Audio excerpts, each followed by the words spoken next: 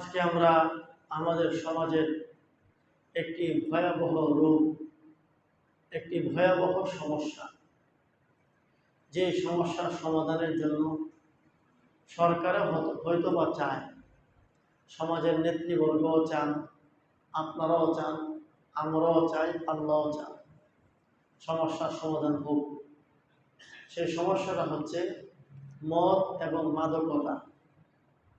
বলেন, এই সমস্যা আমাদের সমাজে আছে না নাই? কম না বেশি? আবার শুনে বোঝা গেল অনেক বেশি। সবাই চাচ্ছে, সমাধান হচ্ছে না কেন?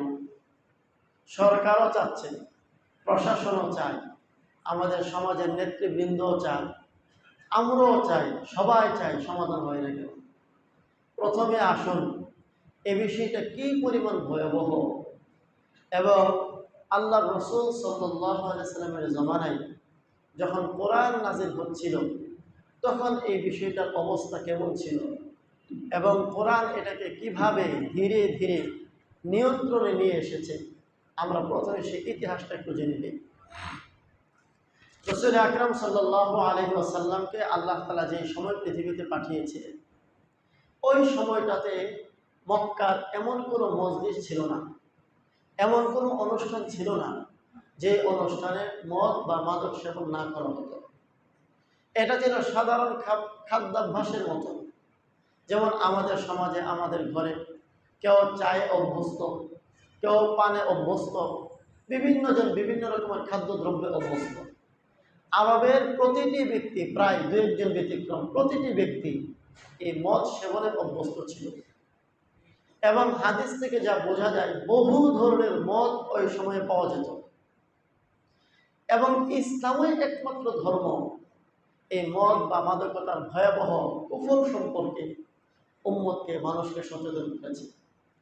আমার ক্ষুদ্র জানা মতে ইসলাম ধর্ম ছাড়া অন্য কোনো ধর্মে এই মদ খাওয়া হারাম, এবং এটা মানুষের জন্য ভয়াবহ ক্ষতির কারণ, ইহকালীন ক্ষতি, পরকালীন ক্ষতি। এ বিষয়টা কোনো ধর্মে বলা হয়নি, একমাত্র ইসলাম ধর্মে বলা হয়েছে।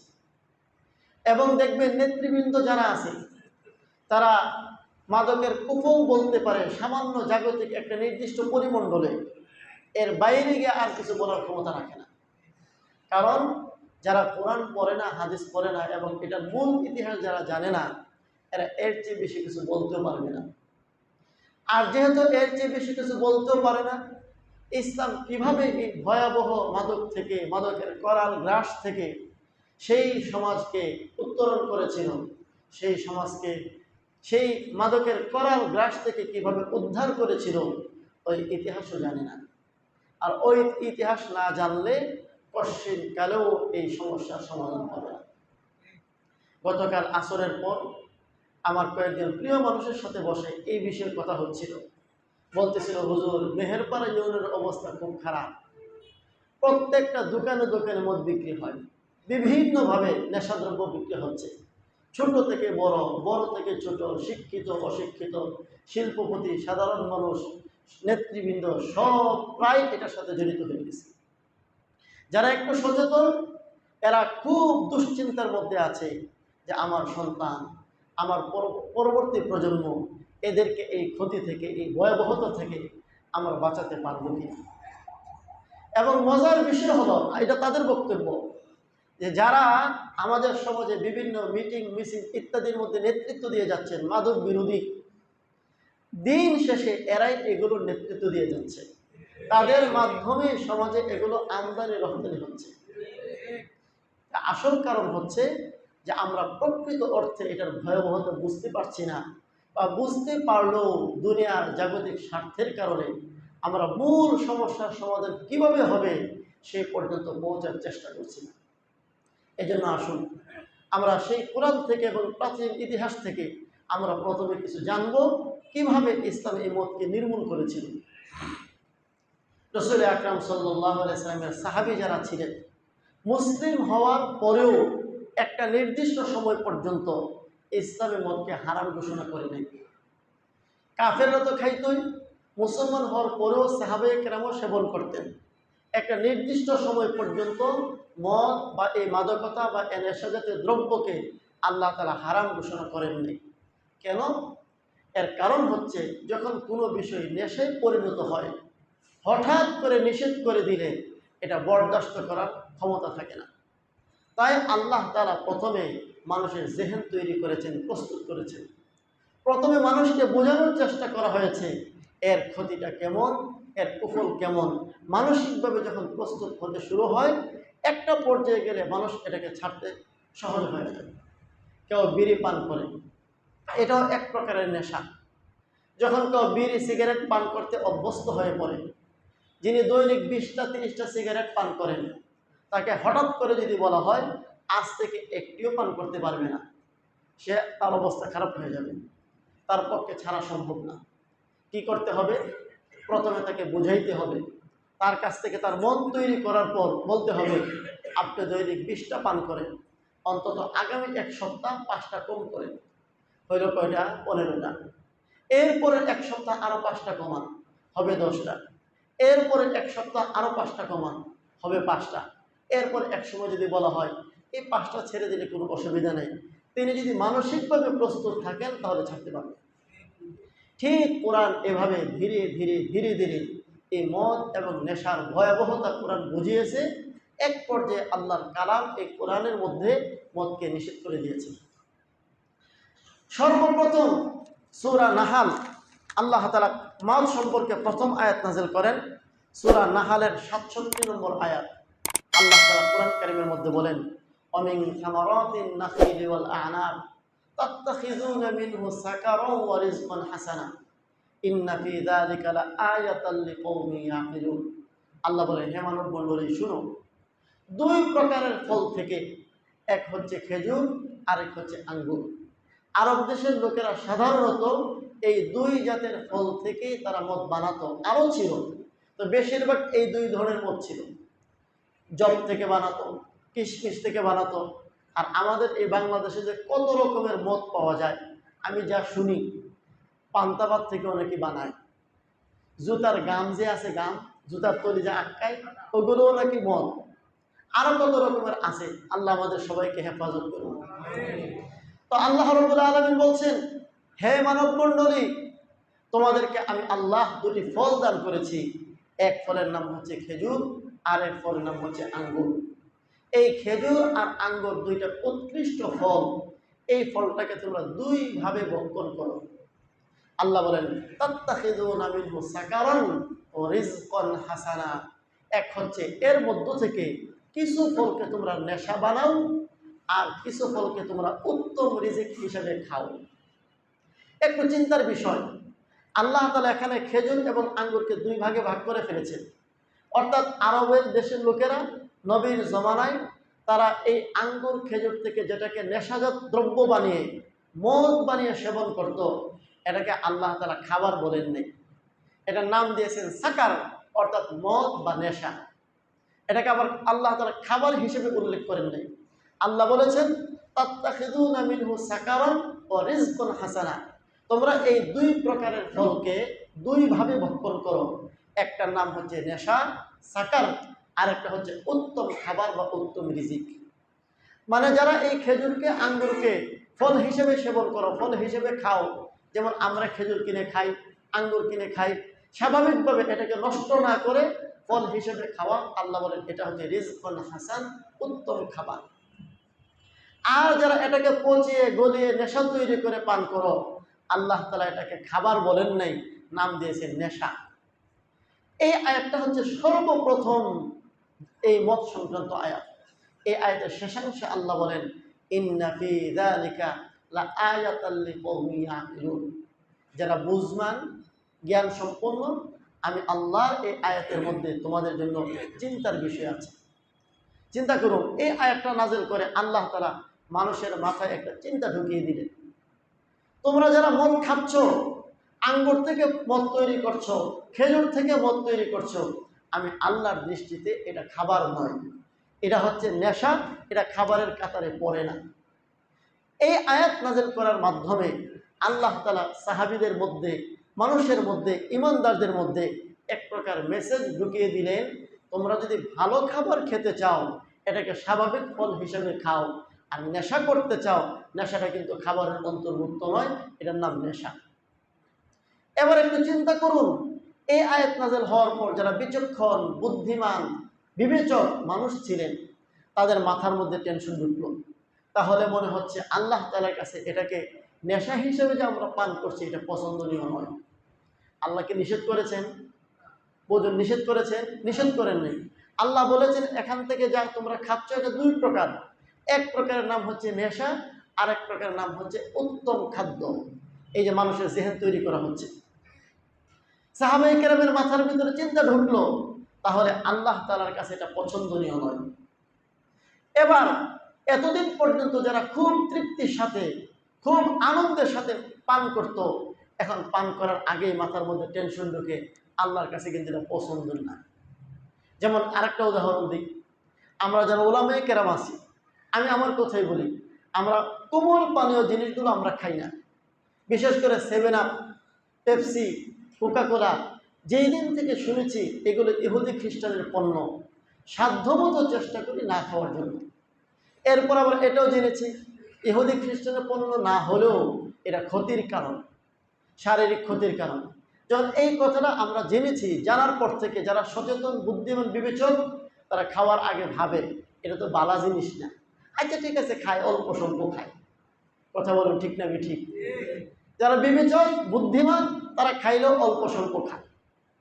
এইভাবে আল্লাহ তাআলা প্রথম জেহেন তৈরি করলেন এই আয়াতের মাধ্যমে, যে এই নেশা আর রিজকে হাসান, উত্তম খাবার আরেকটা হচ্ছে নেশা, এটা কিন্তু খাবারের আওতাভুক্ত নয়। সাহাবায়ে কেরামের জেহেন তৈরি হতে লাগলো, আস্তে আস্তে পরিমাণে কম শুরু হলো। আল্লাহ রাব্বুল আলামিন কিছু বিবেচক সাহাবীর মনের মধ্যে প্রশ্ন দিলেন, আয় আল্লাহ, যদি আপনার কাছে পছন্দনীয় না হয় আর এভাবে আপনি এটাকে আলাদা করে ফেললেন, তা আমাদেরকে বিষয়টা খোলামেলা বললেই ভালো। হযরত ওমর ফারুক রাদিয়াল্লাহু আনহু নবীজিকে প্রশ্ন করলেন, ইয়া রাসূলুল্লাহ, কোরআনের এই আয়াত থেকে যা বোঝা যাচ্ছে যে এটা রিজকে হাসান নয়, উত্তম খাদ্য নয়, এটা নেশা, তাহলে আল্লাহ তাআলা কি চান? আল্লাহ যদি আমাদের কাছে পরিষ্কারভাবে বলতেন আমাদের বুঝতে সুবিধা হতো। এই যে জেহেন তৈরি হওয়া শুরু হয়েছে।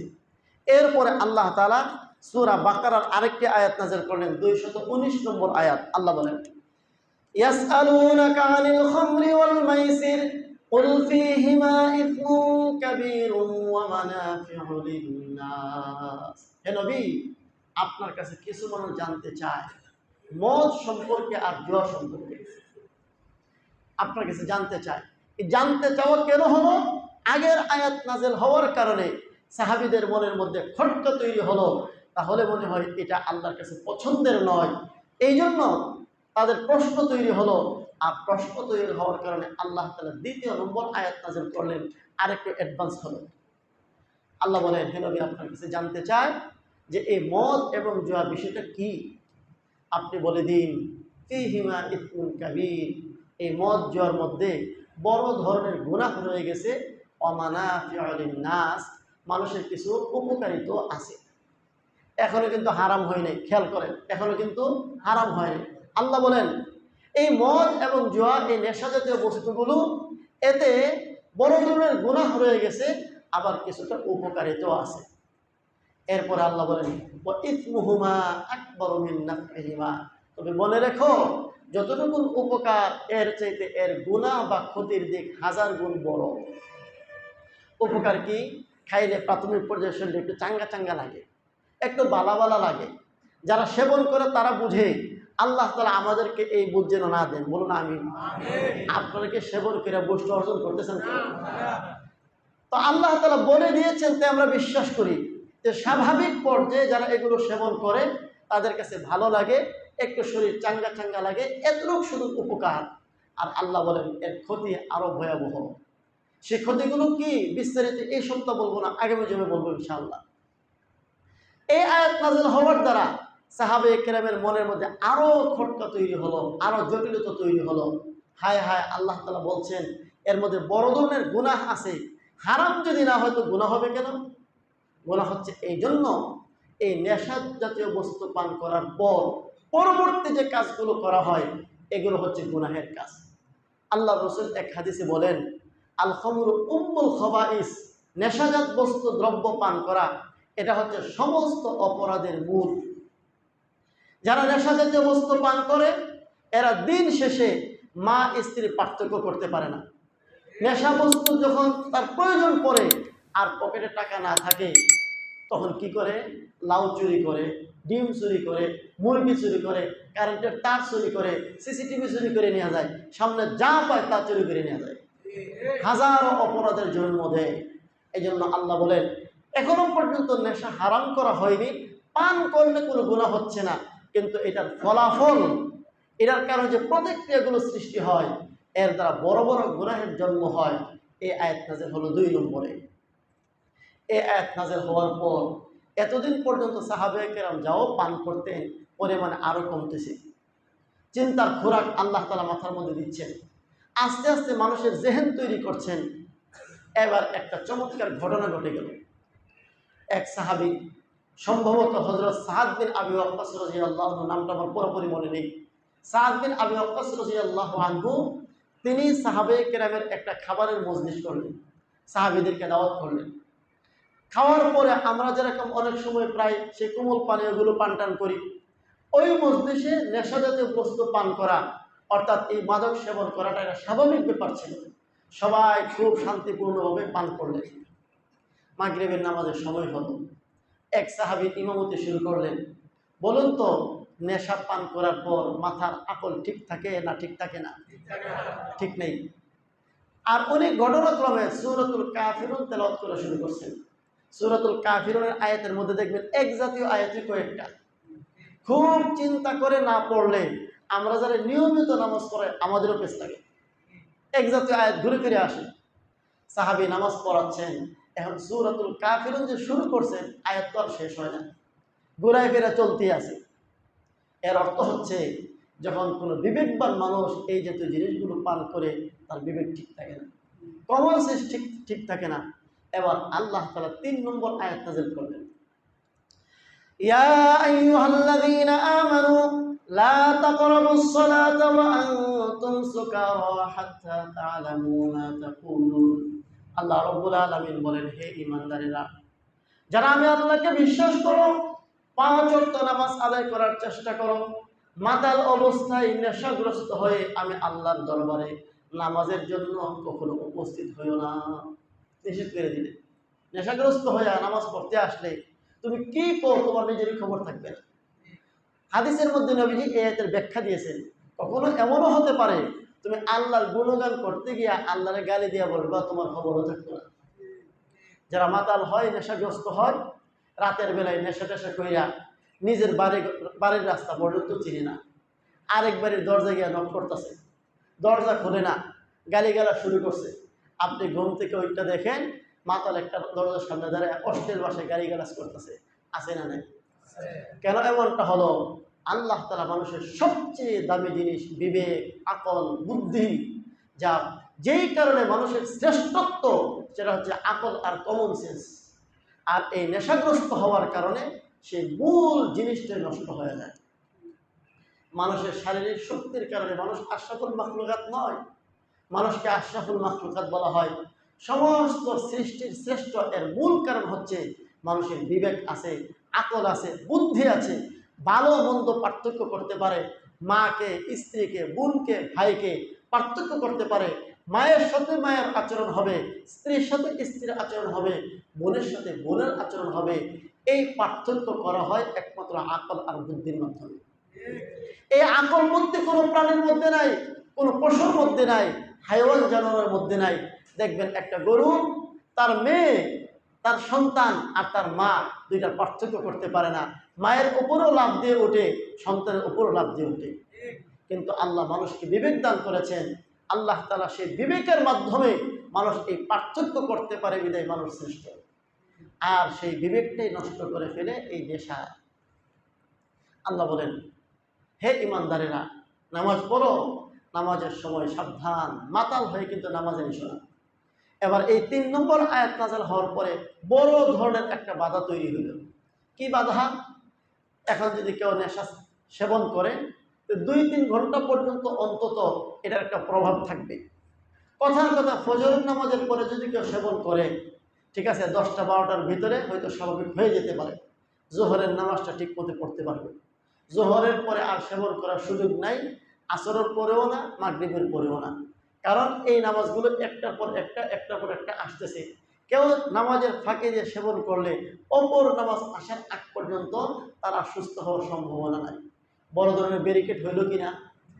আগে যারা 5 বেলা পান করতে পারত, 24 ঘন্টার যে কোনো সময় পান করতে পারত, যেহেতু আল্লাহ এখনো হারাম করেননি, এখন ওই লোকগুলোই একটা বাধার মধ্যে, একটা সীমানার মধ্যে চলে আসলো।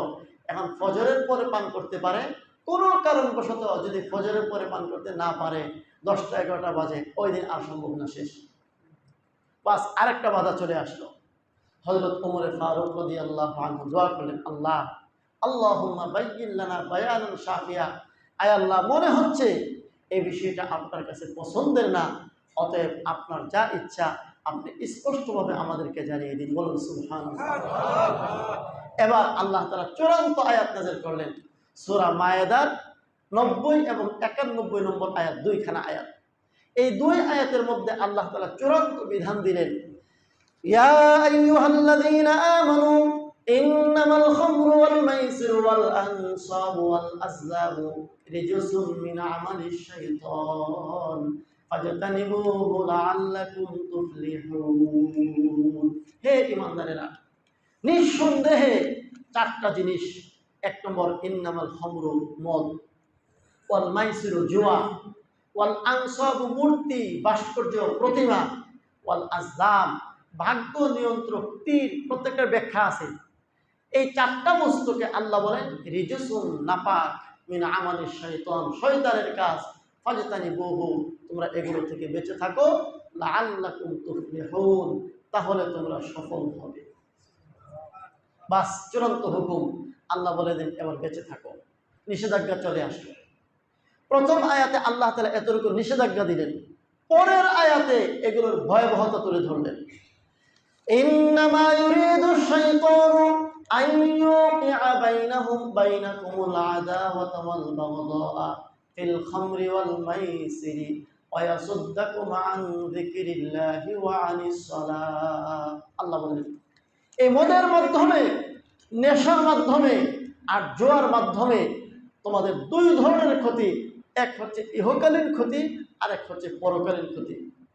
ইন্নামা ইউরিদুশ শাইতান, শয়তান চায় আইয়ুকিয়া বাইনাকুমুল আদাওয়াতা ওয়াল বাগদা, তোমাদের পরস্পরের মধ্যে, ভাই ভাইয়ের মধ্যে, ভাই বোনের মধ্যে, সন্তান বাবার মধ্যে, নেতা আর কর্মীর মধ্যে, ঘরের মধ্যে, ফ্যামিলির মধ্যে, সমাজের মধ্যে, যন্ত্রতন্ত্র সবখানে একটা শত্রুতা, বিদ্বেষ, ঝগড়া, বিবাদ, কাটাকাটি, হানাহানি, মারামারি, অন্যায়, অশ্লীলতা, এগুলো শয়তান ছড়িয়ে দিতে চায়। আর এটার মাধ্যম হচ্ছে 2টি, 1 নম্বর হচ্ছে নেশা আর 2 নম্বর হচ্ছে জুয়া। এই 2টা মাধ্যমকে শয়তান অস্ত্র বানিয়ে, হাতিয়ার বানিয়ে তোমাদের পারিবারিক জীবন, তোমাদের সামাজিক জীবন, তোমাদের রাষ্ট্রীয় জীবনকে তছনছ করে দিতে চায় শয়তান। ইন্নামা ইউরিদুশ শাইতানু আন ইউকিআ বাইনাকুমুল আদাওয়াতা ওয়াল বাগদাআ ফিল খামরি ওয়াল মাইসির, এতটুকু পর্যন্ত হচ্ছে তোমাদের ইহকালীন ক্ষতি। এরপরে আল্লাহ বলেন ওয়া ইয়াসুদ্দাকুম আন যিকরিল্লাহ, পরকালীন ক্ষতি হচ্ছে এই নেশা আর এই জুয়া তোমাদেরকে আল্লাহর স্মরণ থেকে দূরে সরাইয়া দেয়। ওয়া আনিস সালাহ, নামাজ থেকে দূরে সরাইয়া দেয়। বলুন তো, যারা নেশাগ্রস্ত হয়, নেশায় মত্ত থাকে, ওদেরকে কি মসজিদে পাওয়া যায়? এখন আমি কথাগুলো বলতেছি, আমার যারা শ্রোতা মণ্ডলী, আমার তো বিশ্বাস এখানে 100% এই জাতীয় দোষ থেকে মুক্ত, নাকি এখানে তারা আছে? বলতে হচ্ছে কেন? এটার ভয়াবহতা আমরা বুঝলে, আমরা যদি সচেতন হই, তাহলে আমরা অন্যদেরকে সচেতন করতে পারবো। এই জন্য বলা হচ্ছে। নতুবা বাস্তবতা হচ্ছে, যারা 5 ওয়াক্ত নামাজে আসে, অন্তত আল্লাহর কসম করে বললো ভুল হবে না, তারা এই ধরনের কাজের সাথে জড়িত থাকে না। এটা আল্লাহর কোরআনে বলছে। এটার সাথে জড়িত থাকলে এটা হতে পারে না, এটা হলে এটা হতে পারবে না।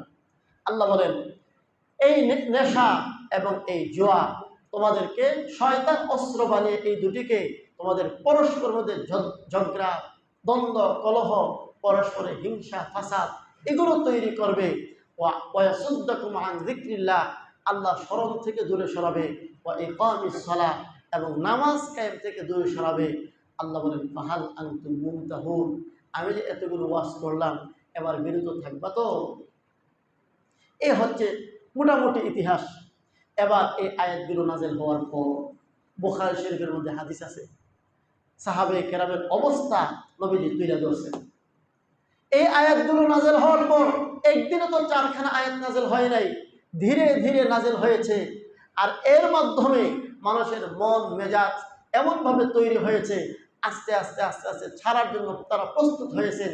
হযরত আনাস রাদিয়াল্লাহু আনহু বলেন, যখন এই আয়াতখানা নাযিল হলো, আল্লাহ রাসূল সাল্লাল্লাহু আলাইহি ওয়াসাল্লাম হযরত বিলালকে মদিনায় পাঠালেন, বেলাল ঘোষণা দিয়ে দাও, হুররিমাতুল খামর, আল্লাহ তাআলার পক্ষ থেকে মদ বা মাদককে চূড়ান্ত পর্যায়ে নিষেধ করে দেওয়া হয়েছে।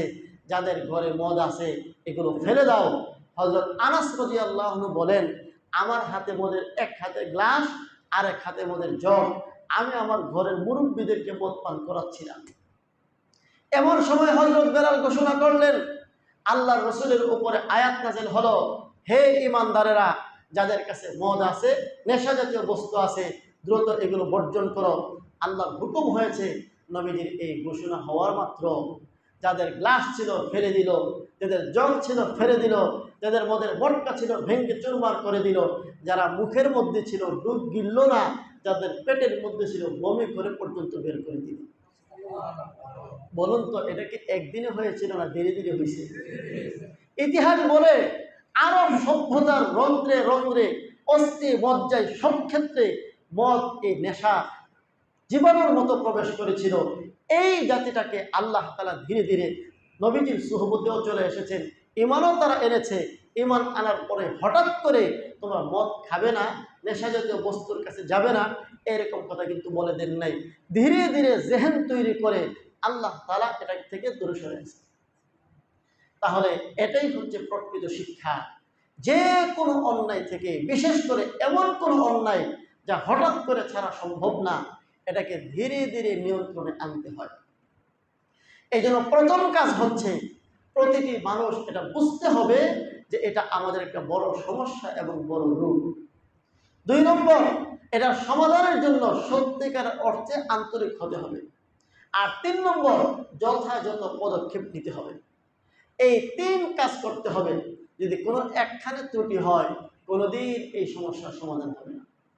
প্রথম কাজ হচ্ছে এটা যে একটা সমস্যা, এটা আমাদের বুঝতে হবে।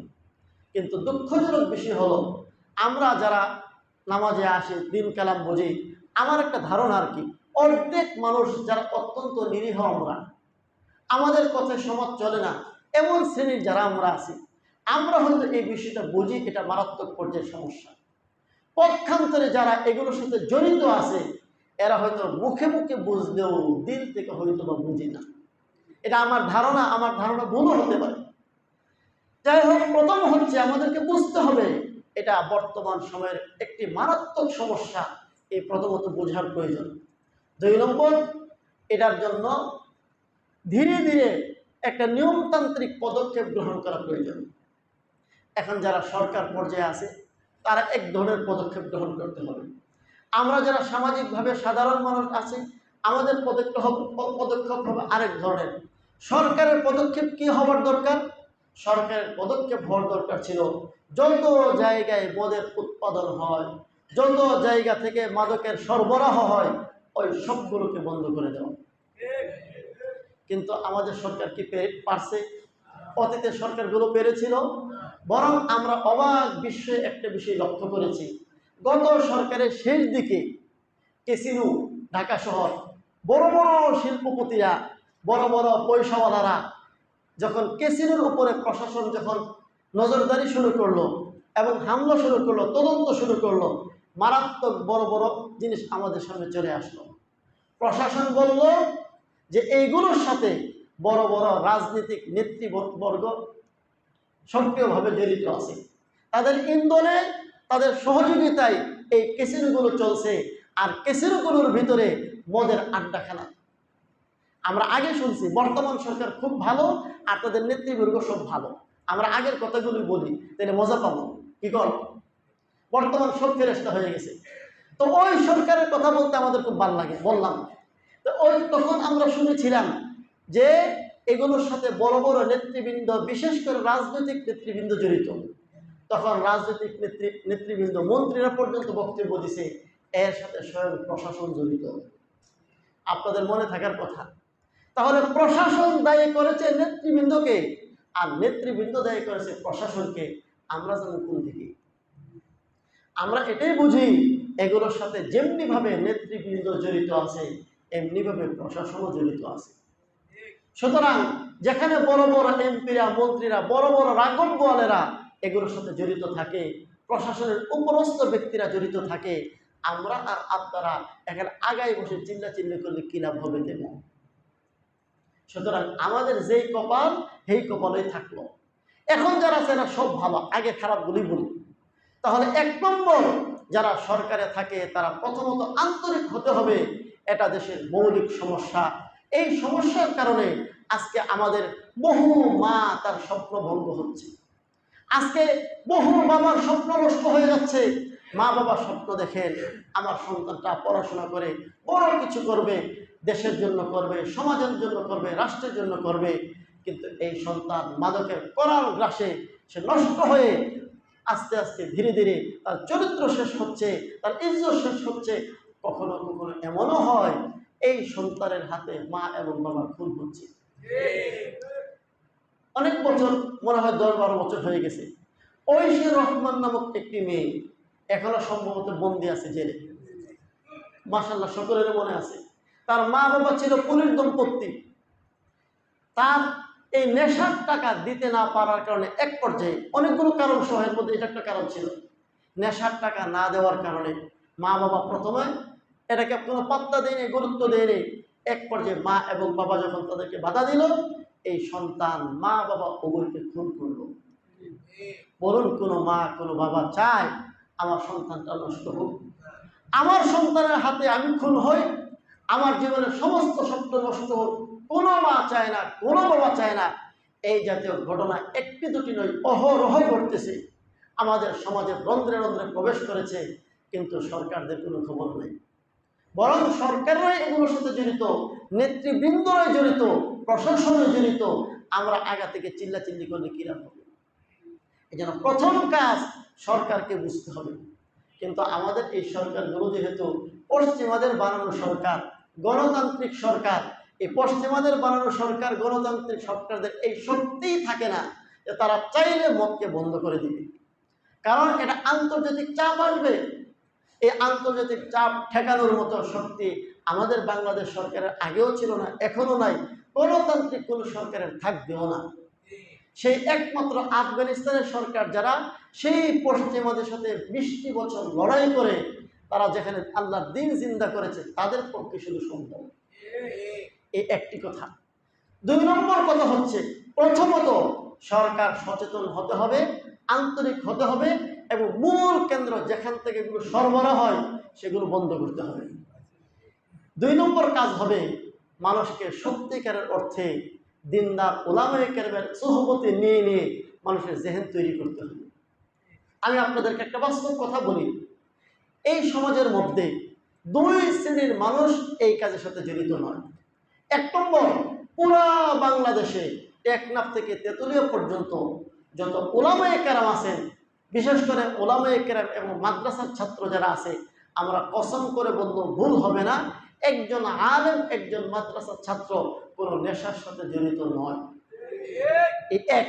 2 নম্বর, এই আলেম এবং মাদ্রাসার ছাত্রদের সোহবত যারা পায়, যেমন আপনারা পাচ্ছেন, মসজিদে আগে আগে আসেন, আধা ঘন্টা 1 ঘন্টা কথা শুনেন, ওয়াজ মাহফিল হলে দৌড়ায় যান, আলেমদের খানকায় গিয়ে সময় দেন, পীর মুর্শিদদের দরবারে যান, কোরআন হাদিসের কথাগুলো মন দিয়ে শোনার চেষ্টা করেন, বোঝার চেষ্টা করেন। এই সোহবত যারা পাচ্ছেন, দাওয়াত তাবলীগে গিয়ে সোহবত পাচ্ছেন, অর্থাৎ মোট কথা কোরআন, সুন্নাহ, হাদিস এগুলোর সাথে যাদের ন্যূনতম সম্পর্ক আছে, এর ওসিলায় একটা প্রজন্ম বেঁচে যাচ্ছে। আর যারা এর থেকে দূরে আছে, এরাই এর সাথে জড়িত। সুতরাং পুরা জাতিকে উলামায়ে কেরামের সোহবতে, দাওয়াত তাবলীগের মেহনতের সোহবতে, পীর মুর্শিদদের খানকার সোহবতের আওতায় নিয়ে আসতে হবে। এর মাধ্যমে মানুষের মন মানসিকতা তৈরি হবে, আল্লাহর ভয় তাদের ভিতরে জাগ্রত হবে। এছাড়া তাদেরকে ফিরানো সম্ভব না। আমরা যতটুকু শুনি, কেউ যখন নেশায় মাদকাসক্ত হয়ে যায়, আমাদের দেশে মাদকাসক্ত নিরাময় কেন্দ্র আছে, সরকারিভাবেও আছে, বেসরকারিভাবেও আছে। আচ্ছা বলুন তো, সরকারও একদিক থেকে সাপ্লাই দিচ্ছে, অনুমোদন দিচ্ছে, তাদের নেতৃবৃন্দ এগুলো সরবরাহ করছে, আবার অপর দিক থেকে তারাও মাদকাসক্ত নিরাময় কেন্দ্র করে, এরপরে সরকারিভাবেও করে, বেসরকারিভাবেও করে। এত সব অর্থ নষ্ট না করে শুধুমাত্র এই সকল মানুষগুলোকে কোনো না কোনো মাধ্যমে আলেম ওলামাদের সোহবতে পাঠিয়ে দিতে পারলে, সবগুলো ধরে ধরে দাওয়াত তাবলীগের চিল্লে পাঠিয়ে দিলে, খালেজভাবে তওবা করে ফিরে আসার আগ পর্যন্ত তাদের বাড়িতে আসার কোনো সুযোগ নেই, তাহলে দেখবেন আস্তে আস্তে সংখ্যাটা কমে যেত। এটা হচ্ছে 2 নম্বর পদক্ষেপ। 3 নম্বর পদক্ষেপ, কেউ যদি এর পরেও সব ধরনের সরবরাহ বন্ধ করা আছে, এরপরে প্রশাসনিকভাবে মানুষকে বোঝানোর ব্যবস্থা করা হয়েছে, এরপরও শয়তানের ধোকায় কেউ যদি মাদকাসক্ত হয়, ওই নিরাময় কেন্দ্রে নিয়ে লাভ নাই। ওখানে গেলে একদিক থেকে পিটায়, আরেক দিক থেকে তারাও আবার সেবন করায়। 40 দিন, 1 মাস, 2 মাস, 3 মাস থাকার পরে কিছু মাইটার খায়, আবার ওখানে কিছু সেবনও করে, আবার বাড়িতে আসার পর সেই এর কারণ মন পরিবর্তন হয়নি। এর কারণ কি? মন পরিবর্তন হয়নি। তাহলে 1 নম্বর পদক্ষেপ, সরকার আন্তরিক হয়ে সরবরাহ বন্ধ করতে হবে। 2 নম্বর পদক্ষেপ, এই সকল ব্যক্তিদেরকে দিন এর সোহবতে, আলেমদের সোহবতে, তাজকে নফসের মেহনতের মধ্যে লাগাই দিতে হবে। আর 3 নম্বর কাজ হচ্ছে, এর পরেও যারা এই সকল অন্যায় জড়িত হয়, কোরআন সুন্নাহ মোতাবেক তাদের যথাযথ শাস্তির ব্যবস্থা করতে হবে। যথাযথ শাস্তি কি? মদ পানের শাস্তি, ইসলামের বিধান, কমপক্ষে 80টা বেত্রাঘাত প্রকাশ্যে হবে। কয়টা বেত্রাঘাত? প্রকাশ্যে হবে। ইসলামের প্রতিটি শাস্তির নিয়ম হচ্ছে প্রকাশ্যে। আপনি যারা নেশাগ্রস্ত হয় তাদেরকে ধরে নিয়ে নরসিংদীর মধ্যে হাজার হাজার মানুষের সামনে 80টা বেত্রাঘাত ছেড়ে দেন, দেখবেন বেশি না 1 মাসের জন্য যদি আল্লাহ এই আইনটা কার্যকর করার পরীক্ষামূলক ব্যবস্থা যদি নেওয়া হতো। আচ্ছা দেখি না, হুজুররা তো বকবক করতেছে বহু বিষয় লইয়া, অন্তত একটা বিষয় চেষ্টা করে দেখি, সত্যিকারের অর্থে আল্লাহর এই বিধান অনুযায়ী যদি প্রথম হঠাৎ করে নয়, এই 2-3 স্তর পার হওয়ার পর সত্যিকারের অর্থে আল্লাহর এই বিধান বাস্তবায়ন করে যদি চেষ্টা করা হতো, তাহলে অবশ্যই এই দেশের মানুষ এই সুফল ভোগ করত। এই জন্য ভাইয়েরা আমার, প্রথমত আমাদের কাজ হচ্ছে আমরা এই বিষয়ে সচেতন হই, আমাদের সন্তানদেরকে বুঝাই। আমরা যারা সমাজের নেতৃত্ব দিচ্ছি, আমাদের গুরুত্বপূর্ণ ভূমিকা আছে। দেখুন, আমি তো প্রায় বলি, আমি যে মসজিদ থেকে কথা বলি, আমি তো অনুরোধ করতে পারি, নাকি আমি প্রয়োগ করার ক্ষমতা রাখি? কোনো কথা প্রয়োগ করার ক্ষমতা আমার নাই। আমি অনুরোধ করতে পারি, বরং একটু শক্ত করে বললে আপনারা গিয়ে সমালোচনা করবেন, হুজুরে তো কড়া কথা কয় কেন? আল্লাহ তাআলা প্রত্যেক সমাজে এমন কিছু মানুষ তৈরি করেছেন যাদের কথা সমাজের লোকদের শুনে। তারা চাইলে অনেক আইন কানুন প্রয়োগ করতে পারে, যে আইন কানুন আমি প্রয়োগ করতে পারবো না। আল্লাহ তাআলা যে আপনাকে সমাজে এমন একটা অবস্থান দিয়েছেন, কোনো কোনো এলাকায় বলে সর্দার, কোনো কোনো এলাকায় বলে নেতা, কোনো কোনো এলাকায় বলে পর্দাইন, না এক এক এলাকায় এক এক নাম, যাদের কথা সমাজ উঠে বসে শুনে মানে। এই যে আল্লাহ তাআলা আপনাকে একটা সম্মানের আসনে বসিয়েছেন, এটা কার নিয়ামত? আপনি এই নিয়ামতটাকে কাজে লাগানোর চেষ্টা করেন। প্রথমত আপনার যে ভক্তবৃন্দগুলো আছে, আপনি তাদেরকে বুঝান। আপনি নিজেও এর থেকে শতভাগ দূরে থাকুন। আপনার যারা ভক্তবৃন্দ আছে তাদেরকে বোঝানোর চেষ্টা করুন, যারা আমার অনুসারী, আমার কথা মতো চলো, সাবধান, যদি কেউ এগুলোর সাথে জড়িত থাকো, তোমাকে আমার দল থেকে বের করে দেব। তোমার ভোটের আমার প্রয়োজন নাই, তোমার অনুমোদনের প্রয়োজন নাই, আমাকে সালাম দেওয়ার প্রয়োজন নাই। আমি এমন নেতা হতে চাই না যে আমার ছত্র ছায়ায় তোমরা অনৈতিক কাজে জড়িত থাকবা। এটা হচ্ছে আপনাদের দায়িত্ব। এরপরে কেউ যদি সত্যিকারের ফিরে না আসে, এই সকল কাজের সাথে জড়িত থাকে, আপনার কথা সমাজের লোকজন শুনে, আপনার পক্ষে সম্ভব হলে সামাজিকভাবে এর কঠোর ব্যবস্থা নেন, এবং সম্ভব হলে আপনি প্রশাসনের কাছে তুলে দেন। তাহলে হয়তোবা সামাজিকভাবে এর কিছু না কিছু নিয়ন্ত্রণ করা সম্ভব। এছাড়া সাধারণ মিটিং মিছিল, সাধারণ আলোচনা সভা, এগুলোর দ্বারা কোনো ধরনের কোনো উপকার হবে না। কেন হবে না? এগুলো হচ্ছে আইওয়াশ, এগুলো সব আইওয়াশ। আপনারা আমার চেয়ে ভালো বোঝেন এই আইওয়াশগুলো করা হয় কেন। যখন ক্ষমতার পালাবদল হয়, কখনো কখনো কারো উপর জুলুম নির্যাতন চলে আসে, মাদকের মামলা টামলা পর্যন্ত হয়, অতীতের ওই মিটিং মিছিল ছবিগুলোকে দিয়া বোঝানোর চেষ্টা করা যাবে আমি তো সারা জীবনে এগুলোর বিরুদ্ধে ছিলাম, আমার বিরুদ্ধে যারা মামলা করছে এরা অযথা আমার উপর তহমত দিছে। এই সকল আত্মরক্ষার রাজনীতিও অনেকে করে থাকে। আল্লাহ তাআলা আমাদেরকে সঠিক বুঝ দান করুন। আল্লাহ তাআলা, আমি যে আলেম, মসজিদের ইমাম খতিব, আমার দায়িত্ব আল্লাহ আমাকে পালন করার তৌফিক দান করুন। আপনারা যারা সামাজিক নেতৃবৃন্দ আছেন, নেতৃবৃন্দদেরকে আল্লাহ তাআলা তাদের দায়িত্ব পালন করার তৌফিক দান করুন। আমরা যারা অভিভাবক আছি, বাবা আছি, দাদা আছি, নানা আছি, বড় ভাই আছি, আমরা আমাদের অধীনস্থদের ক্ষেত্রেও আমাদের সচেতন হতে হবে। প্রথমত আমলগত সচেতন, আমি যেন নিজে এই অপরাধে জড়িত না হয়, আমাদের প্রজন্ম যেন জড়িত না হয়। সাধ্যমতো আমরা সকলেই যদি সচেতন হয়, তাহলে আল্লাহ চাহে তো একেবারে নির্মূল করা সম্ভব না হলেও কিছু না কিছু হলেও কন্ট্রোল করা সম্ভব হবে। আল্লাহ আমাদেরকে বুঝ দান করুন, তৌফিক দান করুন, আমিন।